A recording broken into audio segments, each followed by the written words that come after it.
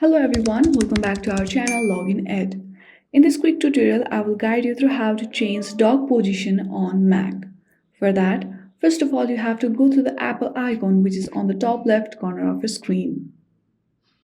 Then, from the drop-down, choose System Preferences.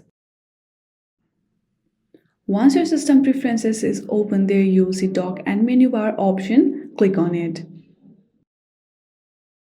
Once your dock and menu bar is open, there you'll see position on screen option available there.